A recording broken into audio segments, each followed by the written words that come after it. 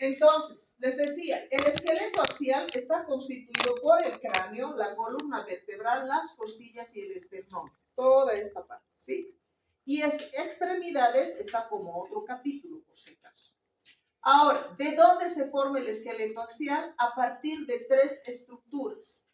Del mesodermo paraxial, mesodermo lateral y la cresta neural. ¿Listo? Todo el sistema esquelético axial se forma entonces del mesodermo paraxial, del mesodermo lateral y de la cresta neural. ¿Qué va a formar el mesodermo paraxial? ¿Qué parte de este sistema esquelético axial? Por si acaso, el mesodermo paraxial va a formar la bóveda y base del cráneo, va a formar lo que es la columna vertebral, las costillas, bóveda, base del cráneo, columna vertebral y las costillas. Todo eso va a formar el mesodermo paraxial. Y como vamos a ver, el mesodermo lateral, aquí ya se los voy poniendo, va a formar todo lo que es la cintura escapular, o sea, esta parte de aquí, va a formar la pelvis, va a formar las extremidades y además el esternón. ¿Listo? La cresta neural va a formar la cara y el cráneo, para que se acuerden más fácilmente todo lo que es la cabeza. ¿Listo? ¿Sí? Entonces, es importante que se acuerden ustedes que el sistema esquelético axial está formado a partir del mesodermo paraxial, mesodermo lateral y la cresta neural. ¿Qué va a formar el mesodermo paraxial? La bóveda y la base del cráneo, la columna vertebral y las costillas. ¿Qué va a formar el mesodermo lateral? La cintura escapular, que es toda esta parte de aquí, cintura pelviana, o si quieren pelvis, extremidades y esternón. Y la cresta neural va a formar todo lo que es la cara y el cráneo. En resumen, la cresta neural forma toda la cabeza. ¿Listo? ¿Está bien? Ya. Lo voy a borrar. Paraxial. Bóveda y base del cráneo, columna vertebral y las costillas. Eso, muy bien. Ahora, ¿qué forma el mesodermo lateral? Aquí está, miren, la pelvis, cintura escapular, extremidades y el esternón. ¿Sí? ¿Y qué va a formar las células de la cresta neural? Toda la cabeza, toda la cabeza. De la cara y del cráneo. Toda la cabeza. ¿Ya? Para que se acuerden. Entonces, a partir de esas tres estructuras se forma todo lo que es esqueleto axial. Mesodermo paraxial, mesodermo lateral y cresta neural. ¿Listo? Ahora, aquí nos están hablando de que para la formación de los huesos, en realidad tenemos dos tipos de osificación. Una osificación intramembranosa, que ¿por qué se llama como intramembranosa? Porque de principio es una membrana que después se convierte en hueso, ¿sí? Un ejemplo claro de osificación intramembranosa es la bóveda del cráneo, esta bóveda del cráneo. La bóveda del cráneo, toda la parte de la bóveda del cráneo, de principio es una membrana que después se osifica, por eso se denomina osificación intramembranosa. Y por ese motivo habrán visto ustedes en anatomía que los huesos de la bóveda del cráneo son delgaditos, porque de principio eran membrana y a partir de esa membrana se ha osificado y ha formado la bóveda. En cambio, si hablamos de osificación endocondral, condro, ¿qué es? Cartílago. ¿Eso qué quiere decir? Que la osificación endocondral se refiere a aquella osificación a partir de cartílago. Un ejemplo claro de esto es la base del cráneo. Si ustedes comparan entre el grosor de los huesos de lo que es la bóveda y la base, pues los huesos de la base del cráneo son mucho más macizos, más gruesos. ¿Por qué? Porque de principio era una estructura cartilaginosa que después se ha convertido en hueso. Como ejemplos de osificación endocondral tenemos la base del cráneo y los huesos largos. ¿Listo? Ahora, en anatomía, ustedes han denominado como cráneo a todo lo que es la bóveda y la base, ¿no ven? Y cara, todo eso. Embriológicamente lo vamos a dividir en dos también. Todo el cráneo vamos a denominar como neurocráneo. Y todo lo que es la cara vamos a denominar como viscerocráneo. ¿Sí? Neurocráneo y viscerocráneo. ¿Está bien?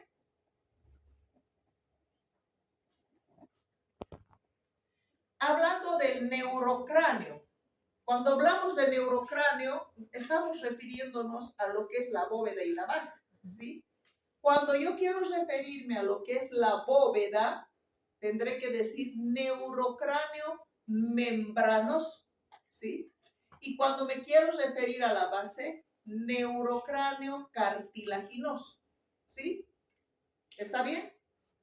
Yo les había dicho que de principio la bóveda del cráneo era una membrana, ¿sí? ¿Cómo se convierte en hueso? Fíjense, todo esto es la bóveda del cráneo. Lo primero que va a aparecer son puntitos de osificación, a partir de los cuales, desde la parte central hacia la periferia, van apareciendo pequeñas espículas de hueso, o sea, como pequeñas agujitas de hueso, que al final estas se van superponiendo y hacen que esto que era membrana se convierta en hueso. ¿Listo? De esa manera se osifica. Lo que era membrana se ha convertido en hueso. En cambio, aquí, en el neurocráneo cartilaginoso, de inicio ya es toda esta estructura formada, pero de cartílago, que después se va a osificar. ¿Ya? Bueno, hablaremos primero del neurocráneo membranoso. Cuando digo neurocráneo membranoso, ¿a qué me estoy refiriendo? A la bóveda. A la bóveda del cráneo, ¿no es cierto? Y aquí lo primero que nos dicen es que el neurocráneo membranoso se va a formar a partir de la cresta neural. ¿Está correcto? Sí, porque le hemos dicho que la cresta neural forma toda la cabeza. Entonces participa en la bóveda, ¿sí? Y además está formado por el mesodermo paraxial, ¿sí? Porque ¿qué dijimos que formaba el mesodermo paraxial? La bóveda y la base del cráneo. Bóveda, base del cráneo. Entonces sí, forma también la bóveda, ¿no es cierto? Qué desastre está esto. ¿Qué pasó? El cartilaginoso, pero mejor dicho, el neurocráneo. Perdón. Membranoso, entonces está formado por lo que es la cresta neural y el mesodermo paraxial. ¿Ya? ¿Qué tipo de osificación tiene la bóveda del cráneo o neurocráneo membranoso? Intermembranoso. Eso, osificación Intermembranoso. Perfecto. Después nos están hablando de lo que ya les he explicado, que es referente a cómo se osifica, ¿no? Cómo se vuelve hueso. Ya les había dicho que toda esta parte de la bóveda del cráneo, o llamado neurocráneo membranoso, todo esto es membrana. ¿Qué es lo primero que pasaba para que se osifique? Ya pues. Aparecen puntos de osificación. Y después, eso, aparecen las espículas de hueso, o agujas de hueso si quieren, que entre ellas se superponen y hacen que esto que era membrana se convierta en hueso. ¿Listo? Nada más. Vamos a ver ahora el cráneo del neonato. Ustedes pueden ver aquí, cuando el bebé nace, este cráneo tiene suturas, ¿sí? Y tiene fontanelas. Las suturas están uniendo varios huesos. ¿Esta sutura qué se llama? Sutura sagital. Sagital. esta sutura Corona. coronal y esta lamboidea, ¿sí? Vean que tenemos aquí la fontanela anterior y la fontanela posterior. ¿Para qué sirven estas suturas y estas fontanelas? Las suturas en el recién nacido son laxas, ¿sí? Y las fontanelas son tejido laxo también, son espacios entre que quedan, como pueden ver ahí, entre los huesos. Cuando llegue el momento del parto, ¿qué va a pasar? Los huesitos del cráneo del bebé se tienen que superponer para achicar la cabecita y esta cabecita pueda encajar y luego salir el bebé a través del canal del parto. Porque si no, imagínense, si fuera una cabeza rígida, es una cabezota así del bebé y cómo sale por este canal tan angosto, ¿no es cierto? Entonces, por eso tienen que superponerse los huesitos para achicar la cabeza y esta pueda salir. A veces cuando la mujer tiene caderas muy angostas, es mucho más complicado porque realmente esa superposición es tan importante que los pobres huesos se han superpuesto así, ha tenido que moldearse la cabeza para poder pasar por ese canal, que es el canal del parto. Y cuando nace el bebé parece el hijo de los Simpsons, ¿sí? Porque tiene su cabeza así alargada, ¿verdad? Por toda esa superposición que ha tenido que suceder. Pero ya a medida que una vez nace el bebé y van pasando los días, los huesitos otra vez van acomodándose y adquieren la cabecita redondeada. De ahí que hay que explicarles a los papás de que no hay problema, que eso es transitorio, esa sobreposición de los huesitos para que puedan hacer el bebé, porque ya después se reacomoda. ¿Listo? Ahora, las fontanelas también son bastante importantes. Esta es la más grande, la fontanela anterior, que tal vez alguna vez han logrado ustedes tocar en un bebecito recién nacido, ¿no? Que está abierto. Sí. Esta fontanela anterior recién se va a terminar cerrando a los 18 meses, o sea, cuando el bebé tiene más o menos 1 año y 6 meses, ¿sí? Y la posterior, como pueden ver, miren, es chiquitita. Esta se va a cerrar cuando el bebé cumple 1 a 2 años de vida. ¿Listo? Las fontanelas también son bien importantes porque normalmente, si ustedes se fijan la cabeza de un recién nacido, la fontanela no se nota a simple vista porque todo está al mismo nivel, la superficie. ¿Sí? Solo cuando palpamos logramos percibir que ahí está la fontanelita. Muchas veces la fontanela puede estar deprimida, eso quiere decir excavada. Y eso ocurre habitualmente cuando el bebé o el lactantito se ha deshidratado. Cuando ustedes estén llevando pediatría, ahí les van a enseñar y les van a decir que uno de los signos de deshidratación del bebé es justamente la fontanela deprimida, o sea, hundida, ¿sí? Pero también nos puede servir en casos en los cuales la fontanela se encuentra abombada, o sea, está así por encima de la superficie del cráneo, notas como ahí que está abombado. Y esto puede suceder cuando hay algún proceso que aumente la presión intracraneana, por ejemplo, en las meningitis, cuando hay tumores, esas anormalidades pueden hacer que la presión aumente y ese aumento de presión hace que la fontanela se ponga abombada. Entonces, fíjense que nos sirve para muchas cosas. A veces cuando sospechamos de algún problema, aprovechamos este tejido laxo que es la fontanela incluso para hacer una ecografía a través de esa fontanelita. Entonces, tiene muchas utilidades. ¿Ya? Bueno, hablemos de la base del cráneo. Yo sé que la base del cráneo en anatomía les ha debido dar bastante trabajito para aprendérselo, porque que la fosita, que el agujerito, o sea, mucho detalle, ¿no es cierto? Pero en embrio es bastante sencillo, porque ¿qué vamos a hacer en embrio? Vamos a ver qué es lo que se forma en la parte media y qué se forma en las partes laterales. ¿Listo? Estito de aquí que yo estoy remarcando, ¿a qué correspondería? A la, ahí se van a aplazar en anatomía, silla turca. ¿Sí? Esta parte de la silla turca la vamos a denominar como porción cordal. ¿Listo? Y lo que está por delante vendría a ser toda esta parte de aquí, que sería todo esto más esto. Esta parte que sería el cuerpo del esfenoides. Y estito de aquí sería la lámina cribosa del etmoides. A toda esta parte vamos a llamar porción precordal. ¿Listo?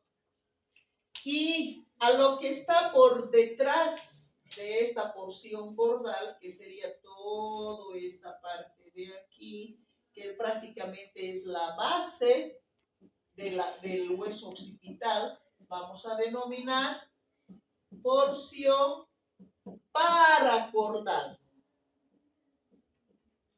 ¿Listo? Entonces, hemos dividido en tres partes: porción cordal, precordal y paracordal.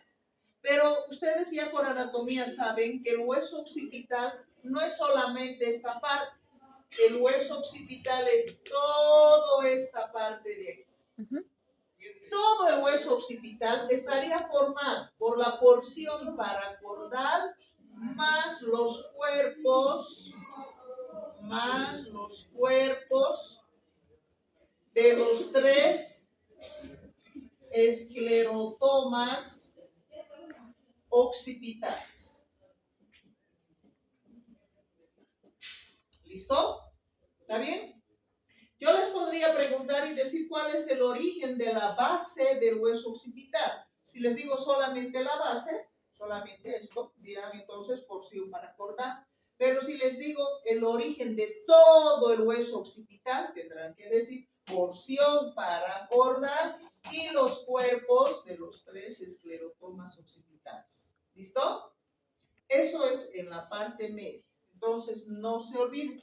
En la parte media lo hemos dividido en tres. Porción cordal representado por qué hueso? La porción cordal. La ciatura. La porción precordal.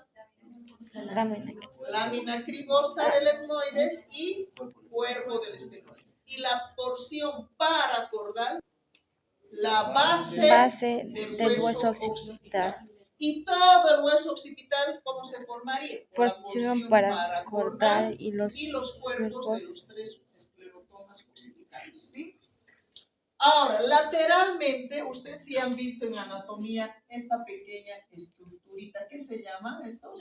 Ala menor del esfenoides. Embriológicamente denominamos como ala orbitaria. ¿Listo? Y por detrás viene una ala más grande que sería ala mayor del esfenoides. Embriológicamente vamos a denominar ala temporal. Y más por detrás está toda esta área de aquí que se llama cápsula periótica. Que si ustedes se fijan, por un surquito está dividido en dos. Esta parte es la porción petrosa, que va a formar la parte del temporal, y esta es la porción mastoidea. ¿Listo? Y eso es todo de la base del cráneo. Entonces, en la base del cráneo, en la línea media, tenemos la porción cordal, precordal, paracordal, y todo el hueso occipital estaría formado por esta porción paracordal más los cuerpos de los tres esclerotomas occipitales. En las partes laterales tenemos las alas menores, según anatomía, embriológicamente son las alas orbitarias. Por detrás, el ala mayor, pues embriológicamente se llama ala temporal, y más por detrás tenemos esta parte que va a ir a formar el hueso temporal y que se llama cápsula periótica, que se divide en una porción petrosa y una porción mastoidea. Además, también en su libro de esta última edición les están comentando que esta parte cordal, donde está la silla turca, se origina del mesodermo paraxial, y la porción precordal se va a originar a partir de la cresta neural. ¿Listo? ¿Estamos bien? ¿Puedo pasar? ¿Sí? Hemos visto neurocráneo membranoso, cartilaginoso, nos falta ver viscerocráneo, ¿no es cierto? Viscerocráneo. El viscerocráneo o cara. Ya más antes habíamos dicho que, a ver, si yo digo la cara se forma a partir de la cresta neural, ¿está correcto o no? Sí. Está correcto, ¿no es cierto? Pero también aquí nos dice que además de la cresta neural, en la formación de la cara va a participar el primer y segundo arco faríngeo. ¿Listo? El primer y segundo arco faríngeo. El primer arco faríngeo tiene dos porciones. Porción dorsal o llamada también maxilar, porción ventral llamada mandibular, ¿sí? En la porción dorsal o maxilar, ya el nombre les está diciendo, va a formar el maxilar superior, el hueso cigomático y gran parte del temporal. La porción mandibular va a formar la mandíbula. Esto que está delimitado con líneas entrecortaditas se llama se denomina cartílago de Meckel, ¿sí? Este cartílago de Meckel después va a desaparecer. Entonces, todo esto forma el primer arco faríngeo por sus dos porciones, porción dorsal, porción ventral. Si quieren, porción maxilar, porción mandibular, ¿sí? Pero además también aquí les están diciendo que nosotros tenemos tres huesecillos en el oído, ¿no ven? Martillo, yunque y estribo. El martillo y el yunque se va a formar a partir del primer arco faríngeo. Y el estribo es lo único que va a formar es el segundo arco faríngeo, ¿sí? Entonces, el primer arco faríngeo, por su porción dorsal o maxilar, va a formar el maxilar superior, hueso cigomático y gran parte del temporal. Por su porción mandibular va a formar la mandíbula. Pero además este primer arco faríngeo va a formar el martillo y el yunque. Y el segundo arco faríngeo va a formar solamente el estribo. ¿Listo? Y eso es todo de la cara. No hay tanto detalle como en anatomía, ¿no? Aquí es más que todo, embriología es el origen, la formación. En cambio, anatomía ya cuando ya está todo formado, ¿sí? ¿Está bien esta parte? Eso ya les he dicho. Ahora, de principio nos dicen que la cara es como que es chiquitita en relación al cráneo. ¿Pero por qué se ve pequeña? Porque de principio no tenemos desarrollados nuestros senos paranasales, ¿sí? Y nuestros huesitos mismos son chiquitos. Ya después, cuando empiezan a formarse nuestros senos paranasales, ¿sí? Y además nuestros huesitos de la cara ya empiezan a crecer, es cuando, y además se forman ya los dientes, ahí es donde recién nuestra cara ya adquiere una cara más humana y además ya es más equilibrado el tamaño de la cara con lo que es el cráneo. ¿Listo?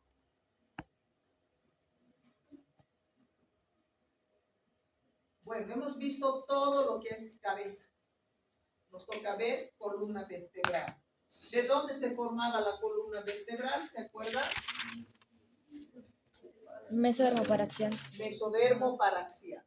A través de los somitas se va a formar, ¿sí? Sí. Aquí nada más un poquito para recordar lo que ya han visto en anatomía. Esta es una vértebra, todo esto es el cuerpo vertebral, estas son las apófisis transversas y esta es la espinosa. Y aquí el agujero vertebral, ¿no es cierto? Es un poquito para recordar para las patologías de la cédula. ¿Cómo se forma la columna vertebral? Lo primero que ocurre es que los somitas van a formar unos bloques o segmentos de tejido, así, bloques o segmentos de tejido, ¿ya? Después, fíjense que casi a la mitad de cada bloque o segmento de tejido tenemos aquí un filetito nervioso y su miotoma. Filete nervioso y miotoma, lo mismo. Filete nervioso, miotoma, filete nervioso, miotoma, aquí también. Parecen riñoncitos, pero no son riñones, son miotomas. ¿Qué forman los miotomas? Miotomas. Músculo. ¿No es cierto? Músculo. También fíjense que entre un segmento y el otro, fácil de acordarse, se encuentran las arterias intersegmentarias, porque están entre un segmento y el otro. Y además, no sé si se están acordando de algo muy importante que yo les dije, en el sistema esquelético vamos a ver que hay una estructurita en la parte media de nuestro cuerpo, que hemos dicho que se llamaba, ¿qué? La notocorda, ¿no es cierto? La notocorda, habíamos dicho que se va a encontrar en toda la parte media de nuestro cuerpo, donde se va a formar la columna vertebral y ahora ya la estamos viendo. Entonces, inicialmente para la formación de la columna vertebral aparecen estos bloques o segmentos de tejido, los miotomas con su filetito nervioso, las arterias intersegmentarias, ¿sí? Y la notocorda que está en todo lo largo de la columna vertebral, ¿ya? Ahora, en su libro, ustedes están viendo que hay unas flechitas, ¿no es cierto? ¿Para qué habrán puesto esas flechitas? Vamos a ver. Miren estas flechitas. ¿Qué están indicando? Están indicando que las células que se encuentran en la parte inferior de un bloque o segmento de tejido van a proliferar a la parte superior del otro bloque.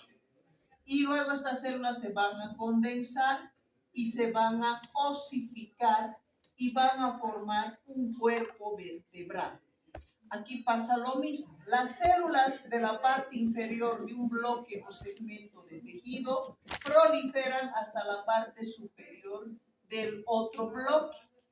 Estas se condensan, se osifican y forman otro cuerpo vertebral. Aquí lo mismo. Las células de la parte inferior de un bloque o segmento de tejido proliferan hasta la parte superior del otro. Estas se osifican, se condensan y forman un cuerpo vertebral. ¿Sí? Entonces, fíjense que aquí hay un cuerpo vertebral, aquí hay otro cuerpo vertebral y aquí otro cuerpo vertebral, y así es como se van formando los cuerpos vertebrales. Y ahora fíjense dónde han quedado las arterias intersegmentarias, a la mitad de cada cuerpo vertebral, ¿sí? ¿Y dónde han quedado estos miotomas con su filetito nervioso? A nivel de los discos intervertebrales. Fíjense que el único lugar donde queda notocorda es a nivel del disco intervertebral, porque a nivel de los cuerpos vertebrales se ha osificado, desaparece. Esta notocorda que aquí queda a nivel del disco intervertebral va a formar el núcleo pulposo. Entonces yo les pregunto, ¿qué forma la notocorda en la columna vertebral? El núcleo pulposo. ¿Sí? Y fíjense ahora que los miotomas quedan justo a nivel de cada disco intervertebral, porque aquí, ¿qué van a hacer los miotomas? Van a formar los músculos intervertebrales, que gracias a ellos podemos hacer movimientos de lateralidad en sentido anteroposterior y circular y demás, ¿sí? Y este filetito nervioso que estaba por dentro lo va a inervar, ¿sí? Y así es como se forma entonces la columna vertebral. ¿Está bien? ¿Sí? Bueno. Entonces ya hemos visto cómo se ha formado la columna vertebral. Una vez formada la columna vertebral, esta tiene dos curvas primarias, que vendría a ser la curvatura torácica, esta es una curvatura primaria, y también la sacra, ¿sí? Y hay dos curvaturas secundarias, que serían a nivel cervical y a nivel lumbar. ¿Listo? Estas son las curvaturas primarias, la torácica y la sacra. Y las secundarias son la cervical y la lumbar. ¿Está bien? Luego nos están hablando de la parte de las costillas. Ustedes habrán visto en anatomía que toda esta parte que está de color plomo es la parte ósea de la costilla. Y lo que está de color es la parte cartilaginosa. ¿De dónde dijimos que se formaban las costillas? Mesodermo paraxial. Mesodermo paraxial, ¿sí? Entonces, las costillas se forman a partir del mesodermo paraxial. Se dice que, hemos dicho ya más antes que la columna vertebral se formaba del mesodermo paraxial. Y las costillas se forman como prolongaciones a partir de esta columna vertebral. Por lo tanto, el origen es el mismo. Columna vertebral y costillas se forman del mesodermo paraxial. ¿Listo? Nos está faltando ver el esternón. El esternón, ¿de dónde se formaba? Del mesodermo lateral. Y aquí nos están especificando que es de su hoja somática. No olviden que el mesodermo lateral se divide en dos hojas. Una hoja somática o parietal y una esplásmica o visceral. ¿Sí? De la hoja somática es lo que se está formando. Pueden ustedes encontrar y decir, o donde les dicen, ¿no? De que el esternón se forma del mesodermo somático, quiere decir de la hoja somática. O les pueden decir del mesodermo lateral. Seguimos en lo mismo, por si acaso, ¿ya? ¿Cómo se va a formar? Inicialmente aparecen dos mitades de esternón, que después sus células van a ir proliferando, se va a fusionar y va a formar una sola estructura, donde va a formar el manubrio, el cuerpo y su apéndice cifoides. Entonces no olviden que de principio es como si fueran dos mitades de esternón que después se van a unir y van a formar una sola estructura. ¿De dónde se origina? Mesodermo somático o si quieren, mesodermo lateral. ¿Ya? Hasta ahí hemos visto todo lo que es esqueleto axial, la cabeza, la columna, las costillas y el esternón. Todo eso es el axial, ¿verdad?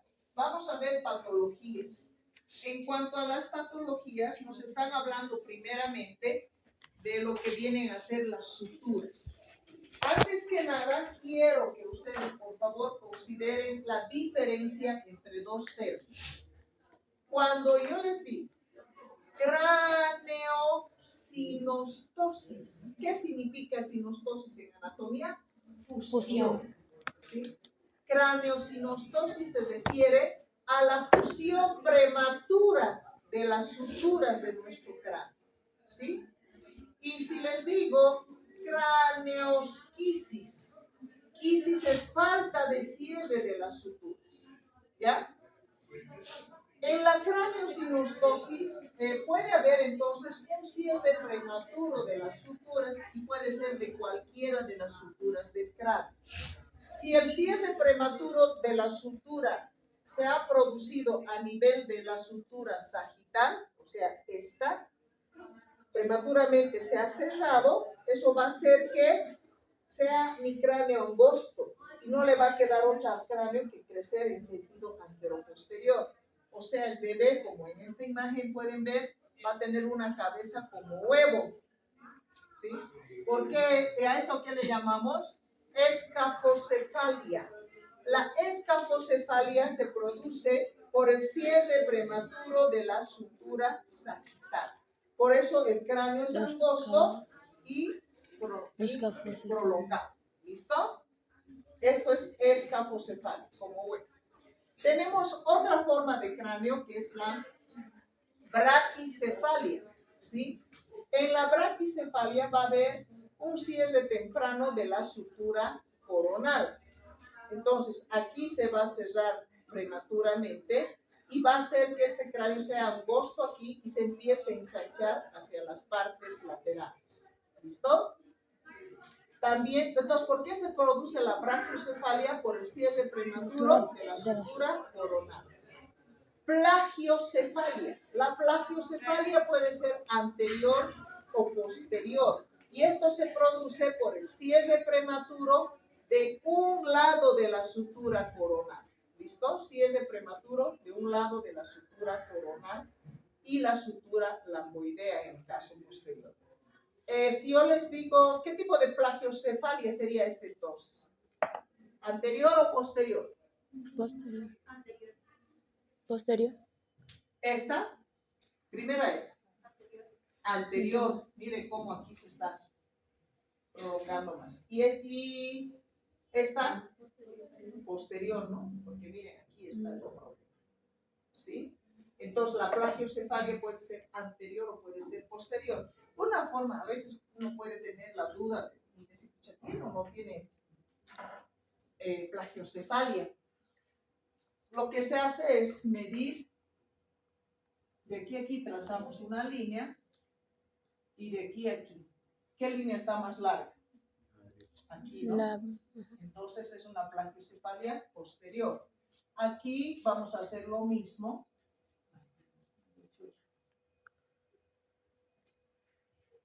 de aquí hasta aquí es. Y de aquí. ¿Qué línea está más larga? Esta, ¿no es cierto? Entonces, una plagiocefalia anterior. ¿Listo? Ya.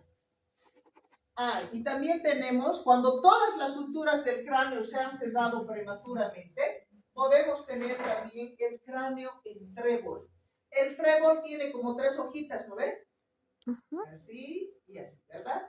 Entonces, la cabeza adquiere esa forma como vamos a ver después. ¿Ya? Cuando todas las suturas del cráneo se han cerrado prematuramente, se llama cráneo en trébol, porque se parece a la hoja del trébol. Luego nos están hablando de la acondroplasia o enanismo. La acondroplasia se puede considerar como una alteración del sistema esquelético porque la alteración justamente se encuentra a nivel del desarrollo de los huesos largos, ¿no es cierto? Está completamente formado. El problema es que sus extremidades son cortitas. Se dice que el enanismo es de tipo autosómico dominante, o sea, es de tipo genético, ¿ya? Y va a afectar principalmente, como pueden ver, a los huesos largos. Habitualmente el paciente tiene también una cabeza bastante grande y puede que la cara sea más chica. Las manitos son pequeñas y los deditos son cortos. ¿Listo? El 90% de esta acondroplasia se debe a mutaciones genéticas. Aquí tenemos lo que es la displasia tanatofórica, tipo 1, tipo 2. Fíjense que en el tipo 1 tienen las extremidades inferiores curveadas, son rosquitos, ¿sí? Además, puede o no tener cráneo en trébol. Este es el cráneo en trébol. Miren, una hojita, 2 hojitas y esta tercera, ¿sí? Puede o no tener cráneo en trébol, pero lo que más nos va a llamar la atención en este tipo de displasia tanatofórica es que tienen las extremidades inferiores bien curveaditas. La tipo 2 tiene las extremidades bastante rectas y sí tienen siempre cráneo en trébol. Miren, 1, 2, 3, ¿no es cierto? Siempre van a presentar un cráneo en trébol. Si yo les muestro esta imagen, a ver, ¿a qué tipo de displasia tanatofórica correspondería este? ¿1 o 2? El 1, ¿no ven? Porque miren cómo de curveadas están sus extremidades. Y esta, el 2, ¿no? 2 para que vean, ¿ya? La diferencia. Además que hemos dicho que este puede tener el cráneo en trébol y en cambio esta, o mejor dicho, puede o no tener. Y el 2 siempre tiene. Otras displasias esqueléticas es la hipoacondroplasia. El nombre ya les está diciendo. Hipo quiere decir poco, ¿no? Acondroplasia. Entonces, estos son también enanos, pero podríamos decir de una estatura intermedia, porque los enanos, o sea, solo que tienen acondroplasia como tal, son chiquititos, ¿no ven? En cambio, estos son de estatura mediana, ¿ya? Miren, tiene estatura mediana. ¿Listo? Se dice que esta displasia puede ocurrir por una alteración en este gen, FGFR3. Afecta igual que en los otros enanos, también las extremidades, la cabeza y demás, pero la diferencia es que este tipo de hipoacondroplasia, la estatura del paciente es mayor al que tiene solo como acondroplasia. Los enanitos son chiquititos, los que tienen hipocondroplasia son más grandes, son medianos. Y también este tipo dominante. Es como si fuera un enanismo leve, ¿sí? Esto es muy interesante, se llama disostosis cleidocraneal. Cleido se refiere a las clavículas, craneal a la cabeza. Aquí el paciente, como pueden ver, puede que tenga o no tenga formadas las clavículas. Si yo les pido, como aquí en la imagen, unan sus hombros en la línea media, nunca lo van a poder hacer, porque ¿qué nos impide hacer eso? La presencia de la clavícula. Pero como estos pacientes no tienen clavícula, o si tienen son chiquititos, permite unir los dos hombros en la parte media. Por eso es cleido. Craneal, ¿por qué? Porque se dice de que a nivel del cráneo, desde ya, las fontanelas se cierran tardíamente y además adquiere, miren, este frontal es bastante sobresaliente, el hueso parietal también. Y las suturas, dice que tienen muy poca mineralización, las suturas del cráneo, abombamiento del frontal, los parietales y también el hueso occipital. Y puede o no tener clavículas. Y además también se ha visto que puede haber afecciones dentales. ¿Listo? Eso entonces la disostosis cleidocraneal. Ahora, aquí lo contrario de los acondroplásicos. Esto es una acromegalia, donde el desarrollo es mayor a lo normal. Esto se debe a un hipopituitarismo congénito. Hay una excesiva producción de hormona de crecimiento, por lo que el paciente crece desmesuradamente, como pueden ver aquí en la imagen. Tiene brazos y piernas bastante largas, la cara es desproporcionada, las manos y los pies también. Prácticamente a estos los llamamos como gigantes, ¿sí? Tienen estatura bastante grande. Aquí en Bolivia hemos tenido no sé si por ahí han escuchado hablar de él o se acuerdan algo de su historia, le decían Tataque Quisber, ¿sí? Medía más de 2 metros, era bastante grande. Y realmente me daba pena, a mí personalmente me daba pena de él porque lo pusieron como boxeador y pues de un solo golpe ya lo sacaba del ring a su contrincante, ¿no? Y así se hizo re famoso, digamos. Pero no era por la técnica, digamos, de boxeo, sino por la fuerza que tenía, ¿no? De ahí que nadie después se atrevía a pelear con un ataque Quisper. Y cuando falleció, pues el cajón era re enorme también. Ha sido la persona más alta de Bolivia. Bueno, microcefalia.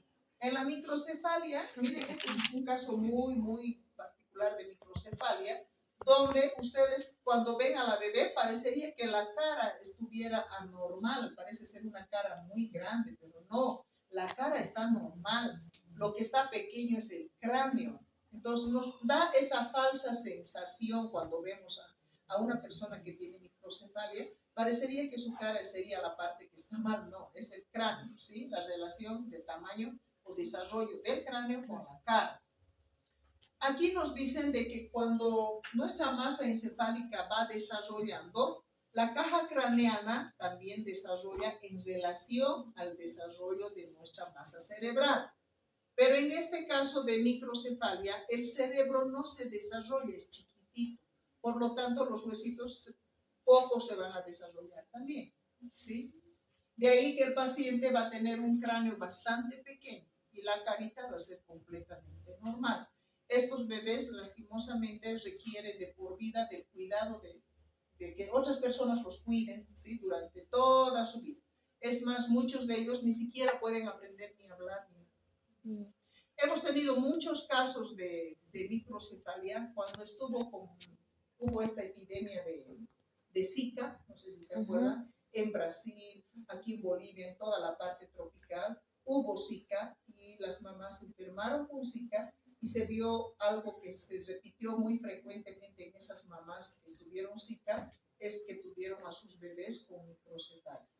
¿Sí? Entonces, el índice de discapacidad, imagínense, aumentó un montón por este motivo.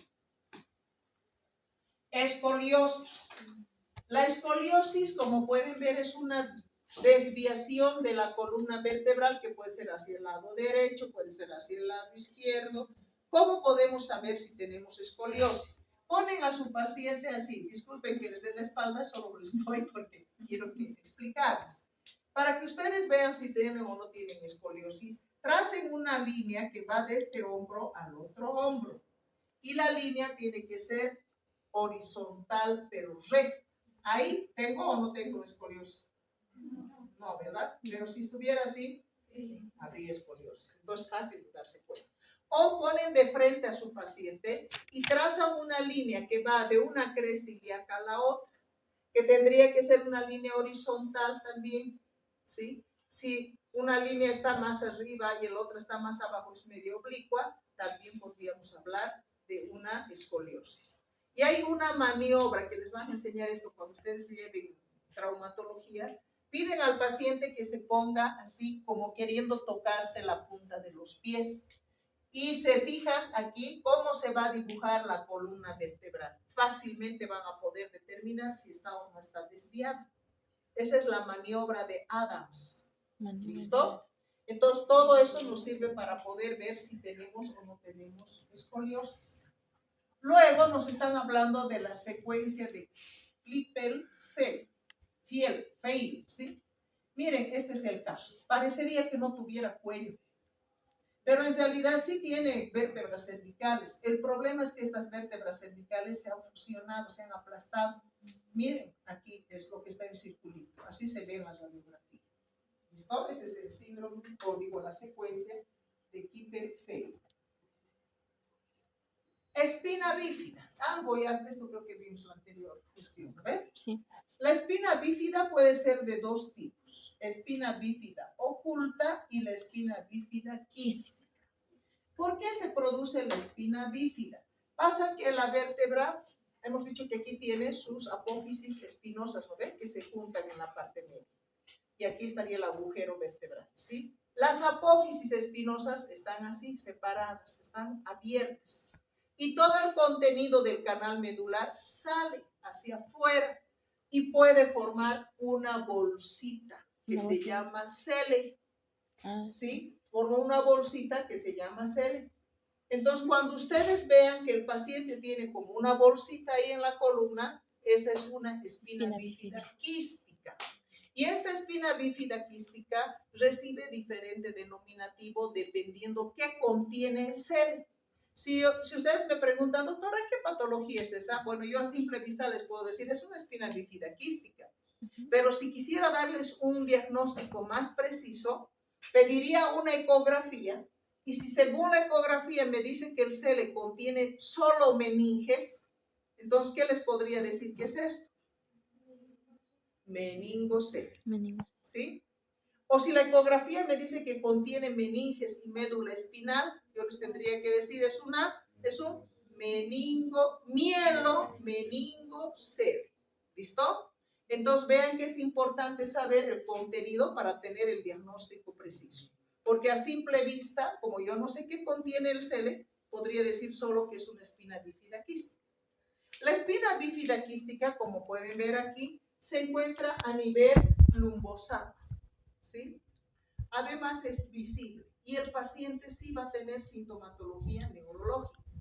En cambio, en la espina bífida oculta, la normalidad es la misma. Igual, las apófisis espinosas están abiertas, pero el contenido medular ha quedado ahí, no ha salido, ¿sí? Se ha quedado ahí. Entonces, en el paciente ustedes no van a ver nada, van a ver que parecería que toda la parte de la columna es normal. Pero más que todo, esto nosotros lo podemos diagnosticar de manera accidental. Digamos que el paciente ha estado caminando, sufre un accidente, cae de espalda y le duele mucho, va al traumatólogo, le saca una radiografía y el traumatólogo dice, pero tienes una espina bífida oculta, ¿no es cierto? Porque esa área que está abierta aquí, las apófisis espinosas, esa área está revestida por los planos superficiales, piel, tejido celular subcutáneo, aponeurosis, músculos y demás, ¿sí? Entonces no vemos nada a nivel de la columna. Habitualmente, ¿a qué nivel se encuentra la espina bífida oculta? Más abajo, aquí, sacro 1 o sacro 2. Esta es la quística y la oculta está por debajo. No vemos nada en el dorso del paciente, pero hay una cosa que lo puede delatar cuando está presente, porque no siempre está presente, es un pequeño mechón de pelos en la zona. Cuando ustedes vean un pequeño mechón de pelos en la región sacra del paciente, entre sacro 1 y sacro 2, es necesario pedir una radiografía para poder ver si no se trata de espina bífida. Habitualmente sí hay una espina bífida oculta, ¿sí? Pero también nos dicen de que cuando las espinas bífidas son ocultas, no necesitan tratamiento si el paciente no tiene sintomatología. Solo si tiene sintomatología se tendría que hacer tratamiento. ¿Listo? Entonces esas son las diferencias entre los dos tipos de espinas bífidas. Además, aquí les están diciendo que para el diagnóstico deberíamos pedir una ecografía para ver qué contiene esto, o unas alfa-fetoproteínas que seguramente van a estar elevadas, y todo esto se puede prevenir con ácido fólico. ¿Listo? Luego nos hablan de las costillas adicionales. Hay personas, hay una de las colegas aquí en la U, que tiene sus costillas adicionales a nivel cervical. La pobre cada vez se anda quejando de dolor. ¿Sí? Puede ser a nivel cervical, ¿sí? Aquí, o puede ser también a nivel lumbar, las costillas extras, ¿sí? Y cuando es a nivel cervical, muchas veces puede comprimir parte de lo que es el plexo braquial y dar sintomatología en la extremidad superior. O también podría comprimir la arteria subclavia. ¿Listo? En defectos del esternón, miren qué interesante. Parece como el cuello de una camisa, ¿no? ¿Qué ha pasado aquí? Habíamos dicho que de principio tenemos dos mitades de esternón que después se van a fusionar. Entonces, aquí, ¿qué ha pasado? No ha habido fusión. Y han quedado las dos mitades así separadas, por eso están viendo aquí así. Se nota bien clarito ahí en la imagen, ¿sí? Además, como parte de anormalidades del esternón, tenemos, esto les cuento que en la consulta he visto, pero muchísimos niños con este problema de pectum excavatum, es muy frecuente. Pectum excavatum, que está excavado. Miren esta parte inferior del esternón, está deprimido, está excavado, ¿sí? En cambio, el carinatum, vean que aquí el tórax es plano y en la parte inferior del esternón es así, como el pecho del pollo. Ese es el carinatum, que sale hacia afuera más bien, ¿sí? Hacia la parte anterior. ¿Sí? Así que ya hemos visto su primer capítulo. Todo eso es esqueleto axial. La siguiente clase